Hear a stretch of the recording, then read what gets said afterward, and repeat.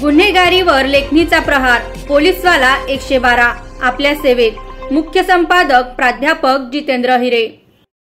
देवदर्शनासाठी निघालेल्या भाविकांची बस आज शुक्रवार दिनांक 23 रोजी दुपारी नेपाळच्या मर्स्यांगडी नदीत कोसळली। या अपघातात 14 भाविकांचा मृत्यू तर 16 जण जखमी झाले आहेत। त्यापैकी 5 जणांची प्रकृती चिंताजनक असून त्यांना जवळच्या रुग्णालयात दाखल करण्यात आले आहे।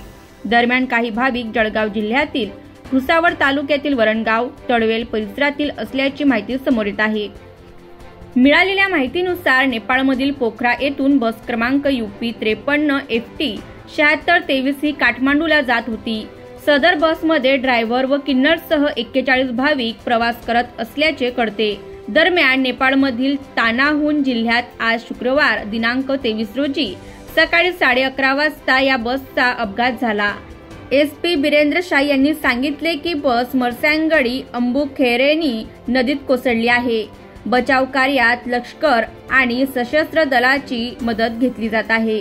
UP आणि नेपाळ प्रशासनाशी संपर्क साधला असून 13 प्रवाशांना वाचविण्यात यश आल्याचे त्यांनी सांगितले।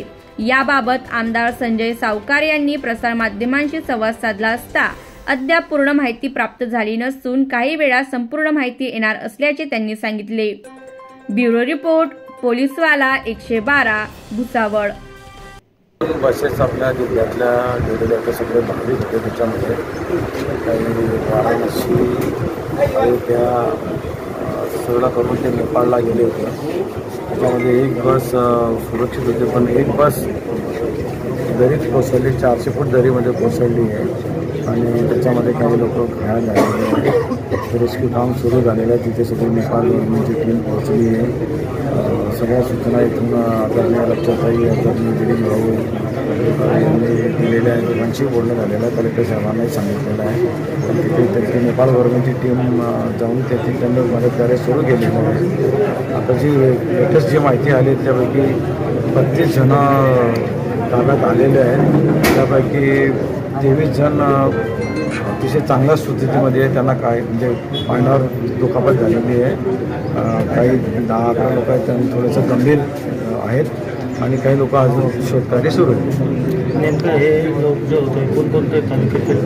बहुतांशी जळगाव जिल्ह्यातील आहेत, पण त्यातले भुसावळ तालुक्यातले जास्त लोक आहेत। वरणगाव, तळवेल, पिंपळगाव अशा भागातली सगळी लोक आहेत। काही गाडेगावमधली आहे आणि काही इतर ठिकाणची आहे, पण बहुतांशी जास्त भुसावळ तालुक्यातले लोक आहेत। आता आपण घटनेसाठी निघतायत का? नेपाळ दूत यांच्याशी संपर्क साधलेला आहे? माझा प्रत्यक्ष नाही झाला, परंतु आदरणीय लक्षाताई, गिरीश भाऊ यांच्या थ्रू गव्हर्नमेंट थ्रू त्यांच्याशी संपर्क झालेला आहे।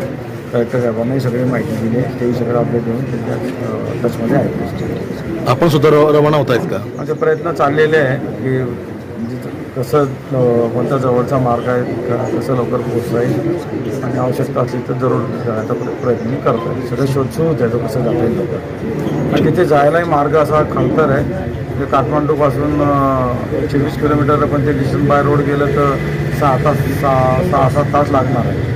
तिथे जाणंही अवघड ठिकाणचं हे आहे ते। त्यामुळे जवळचं ठिकाण कोणतं आहे तर गोरखपूर आहे, तिथं 1.5-2 तासावर आहे। गोरखपूरला इथनं कसं जायचं तो प्रश्न येतो आहे। त्याच्यामुळे सगळं जितक्या लवकर जाता येईल तसं जाण्याचा आम्ही प्रयत्न करतो।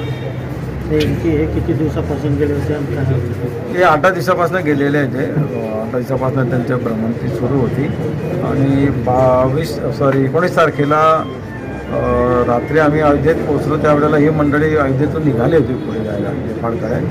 आमचा संपर्कही झाला होता। त्या दिवशी त्यांनी सांगितलं होतं की आम्ही तुमची वाट पाहतो म्हणून, पण त्याच दिवशी ते निघून गेल्याने आम्ही रात्री पोहोचलो। 20ला आम्ही दर्शन घेऊन अयोध्येचं आम्ही इकडे आलो आणि ती लोक तिकडे निघून गेली होती 19 आणि आज आता दुपारी म्हणजे आम्हाला बातमी मिळाली। या घटनेनंतर संपर्क झालेला आहे का त्यांच्याशी? तिथला जे प्रत्यक्ष होता जितू राणे म्हणून तळवेलचे व्यक्ती, त्यांच्याशी प्रत्यक्ष व्हिडिओ कॉलिंगवर बोलणं झालेलं। दिल्लीचे एक अधिकारी आहे, ते त्यांच्याशी संपर्क ठेवून ते अपडेट देत आहे आम्हाला।